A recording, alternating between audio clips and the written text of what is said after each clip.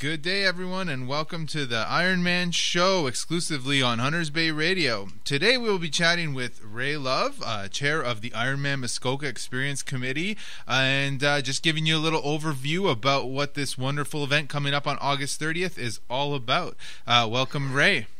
Thank you very much, Chris. Glad to be here. And also with us is General Manager Myke Malone. Everyone knows Myke quite well from his experience doing several big events, including the 55-plus games, the Parasport games, and the 55 Halliburton games that just finished over east of us, southeast of us. So, thanks, Chris. So I guess first up, we'll start with Ray. And Ray, give me a little overview of what the Ironman Muskoka Experience Committee is all about. Okay, we are a group of 18 individuals from various walks of life, including two people seated at the table here this morning. And our responsibility is to make sure that not only the events take place, and we're talking two events here, the 70.3 happening on July the 5th, but also the full Ironman on August the 30th. Making sure that they happen, but also that it becomes a festival atmosphere to celebrate endurance sports and everything that goes along with endurance sports. And so our committee is looking after weekend activities, particularly around the full Ironman on August 30th. Now, the full, I mean, we've all experienced the 70.3 over the last few years in Huntsville, so I think there's a good idea of what's going on there. But this full Ironman, which is like twice the distance and more competitors, I understand. And can you go into a little bit about what the community can expect from that event? It's huge. It's one of 3 events in Canada and 34 events worldwide. And as you know, it culminates with the Kona event in Hawaii, and that is an absolutely huge event as well. So in terms of the distances, we're looking at a swim of 4,000 meters or 2.4 miles. We're looking at a bike ride of 180 kilometers and a run of a full marathon, which is 26.2 miles. In terms of the event itself, we're looking at attracting somewhere in the neighborhood of 7,500 people, of which 1,500 to 1,800 will be participants. Others will be members of their families and friends, and in addition, approximately 2,000 volunteers are needed in order to make this event a success. Wow, that's a lot of volunteers. Big numbers. Big numbers. But, I mean, we can draw Muskoka wide. I'm assuming we're going to try and draw Muskoka wide to get the volunteers, because obviously they can't all come from Huntsville with 2 big Ironmans within, a few months of each other, right? So, absolutely, and it is a Muskoka wide event. We have sponsors from Gravenhurst and Bracebridge and Port Carling and whatnot. We're fortunate to have 2 of our IMEC members from Port Carling. And so it is more than just a Huntsville Lake of Bays event. It is a Muskoka event. And obviously people will be staying all over, because I don't know if there's 7,000 rooms in Huntsville. Exactly, yeah. Yeah, nice problem to have. It is a nice problem to have. And I'll get you to speak a little bit to that, Myke, as far as going a little further into rooming. I know there was some discussion as far as, billeting athletes and that kind of thing. And are we still looking for that out there? Well, there is options with like Airbnb, but we're also trying to broaden the accommodation sector. It's not just about hotels. They're filling up very quickly. Yes. But we have a lot of resort communities, so we're looking at athletes and trying to encourage them to come for a full week and stay at the resort, so they can actually train for a few days leading up to it, swim in the lake waters. On our website, we are also featuring some of the great camping facilities that we have here in the community. Arrowhead Park. We also have some camps, Ontario Pioneer Camp. Gotcha. Once again, where you can come as an athlete and really experience that Muskoka experience when you come up here, and you come here for the week. We even have Camp Twingo doing a day camp for 4 days for kids. So when the athletes come up here with their families, the kids can go off to day camp at Twingo. Dad, mom or dad, whichever is going to be the triathlete, if not both, yes, can train. The spouse could shop, check out Muskoka, and the kids are off and having a great time at a Muskoka day camp. So it's not just about hotels. It's camping, whether it be in a tent, at a campsite, or at one of our great local camps. Awesome. And whoever wants to answer can jump in. I know I was speaking with Jim Brandish, and I ran into a few people who took part in Spin the Lakes, and they were mentioning that there was quite a number taking part in that Spin the Lakes event a couple weekends ago to train for the upcoming Ironman events. Exactly. I did the Spin the Lakes, and I noticed the numbers were up significantly from the year before. Yes. And just for that primary reason that they were coming up to ride the course. We'll see people all summer. We're already starting to see weekend traffic. Every Friday you watch the cars coming into town with the bicycle racks, and you see the tri-bikes on the roofs, and we'll be seeing more and more of that all summer. We've already seen with the 70.3 about a 30% increase in the numbers from last year, and that is once again the athletes that are coming up. They're doing the 70.3 as a training for the full Ironman at the end of the summer. So the economic impact of the Ironman is spread out throughout the entire season from the spring right through the fall.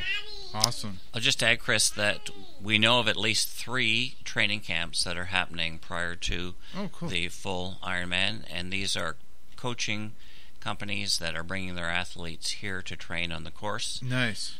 Which everyone in the area knows is a difficult course. It's called Beauty and the Beast. Beauty is the physical beauty of the area. The Beast is the course itself. Yes. And a lot of athletes want to do, in particular, the bike portion of it prior to the race. And that's something that's really cool, is the fact that we've always discussed that people will be coming up here several months in advance and taking advantage of our areas.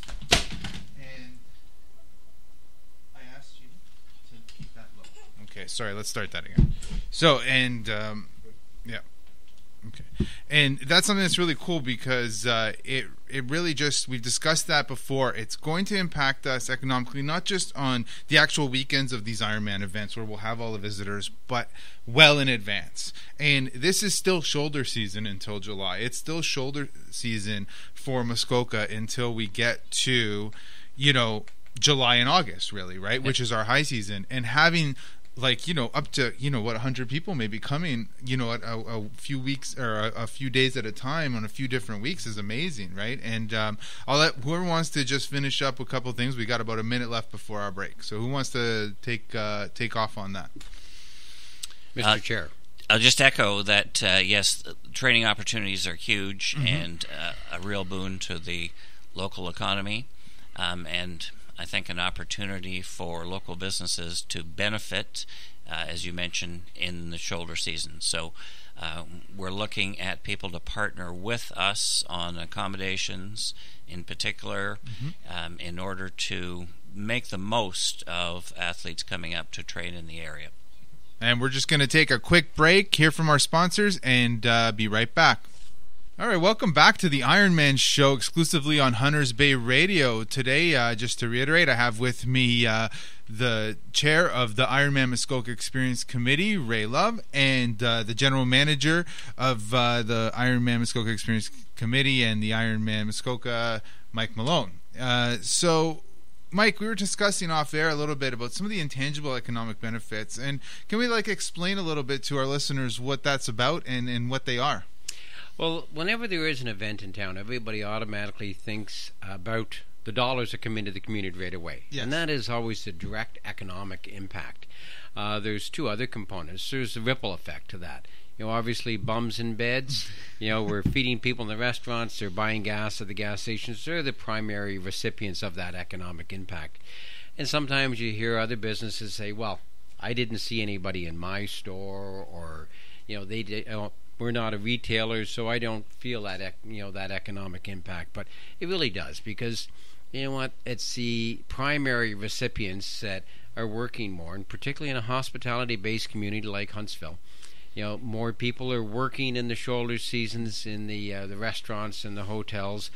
They've got more money in their pocket, and when they have more money in their pocket, they're in buying lumber at Ralston's, or they're in buying a new car. They now have that money, so it ripples out throughout the community and strengthens the community. But the other big component is the invisible or the intangible benefit.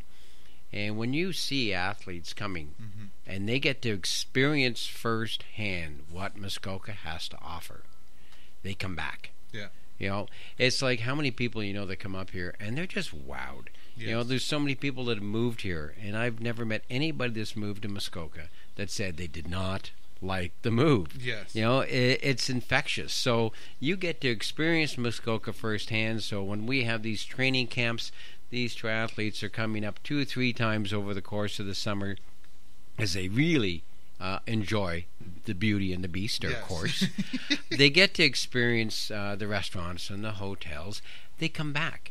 And whether they come back for future vacations, they decide to cottage here, or they just come back in the off season. That is the intangible benefit. You could put it to get somebody to experience it firsthand versus what you could spend in promotion.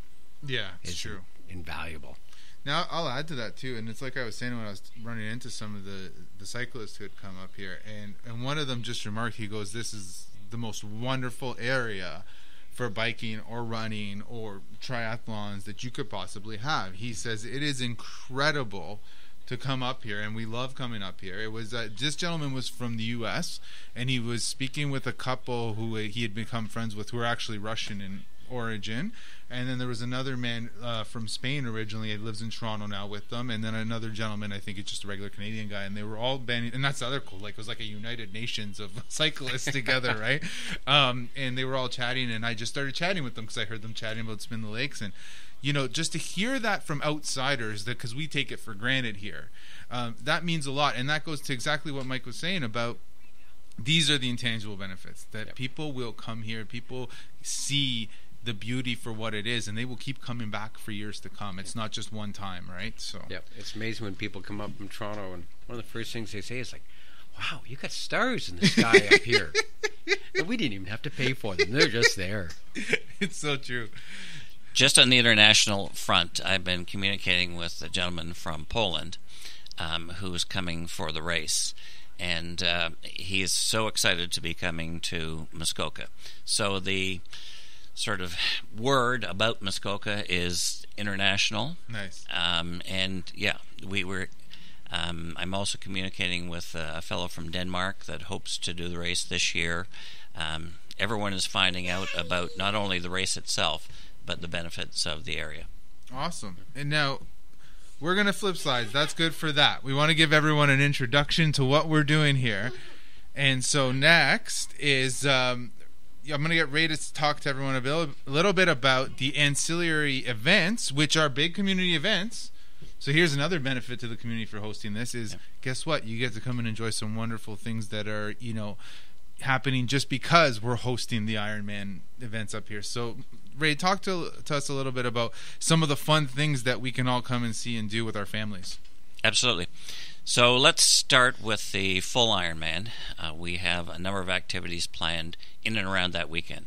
Starting on Thursday, August 27th, we're inviting our volunteers down to River Mill Park for some food, some music, and a fireworks show, and an opportunity to meet their volunteer captains and get a little bit of direction on their volunteer roles. On Friday, we have a full day of activity planned, beginning around 5 o'clock with an Iron Kids race, which is a short running race for children anywhere from ages 3 to 14. We have 2 distances, 500 meters for kids 3 to 6 and 1 kilometer for kids 7 to 14. And it is not exclusively, but primarily for visitors to the area that bring their children with them. And so it's an activity for the children to be a part of the whole event. Following that, there's an athletes meeting in Rivermill Park. Again, there'll be food, there'll be music, but the athletes will be briefed by Ironman Canada on all of the rules, regulations, special considerations with regard to the race. And then after that, it's a celebration with beer and wine available, and also a concert hosted by our very own Hunters Bay Radio in the evening at 9 o'clock. Awesome. That's the Friday. On Saturday, if I can continue. Yes, please do. Saturday is a full day of yoga classes, right from potentially sunrise to sunset yoga, and stand-up paddleboard yoga. There's going to be CrossFit demonstrations, canoe and kayak demonstrations, stand-up paddleboard demonstrations, our regular Saturday morning farmers market, children's music and children's activities, bouncy castles, a variety of different things happening on the Saturday. It will conclude with an outdoor church service on Saturday evening for athletes that are interested, and apparently quite a few are, in a service prior to the race. So there will be a separate service outdoors that evening and again on Sunday morning. Sunday is a bit of a quieter day. Athletes and their families obviously the athletes are in the water and on their bikes, and their families are watching the first two components of the race. Later on in the afternoon, we'll bring people downtown for more children's activities and also to view the runners as they come through town. So there will be, for example, music on the town hall steps, a variety of face painting, balloon animals, all that type of thing for kids in the downtown area, while families watch their runners come through town. Very nice, very nice. Now we're getting quick on time. I just want to throw a little shout out before we close off. We do need volunteers. If you go to trymuskoka.com or ca.com, trymuskoka.com, just click on the volunteer links. We need a ton of volunteers. It'll give you a full scale of what we need, and we'll go more into volunteers on our next week's program. So listen weekly, Friday mornings. We'll be here right after the morning news, and for the next many weeks, when we'll be explaining all the things in and out about the Ironman on the Ironman show on Hunters Bay Radio. And we'll look forward to hearing from you again. Stay tuned. We're going to have some athletes. We're going to have some local athletes. We're going to have all kinds of great information coming up. Thank you again to Ray Love, Chair of the Ironman Muskoka Experience Committee, and General Manager Myke Malone. Appreciate it, gentlemen. You've been listening to Hunters Bay Radio. I'm Chris O'Cutesy. Ciao. We're out.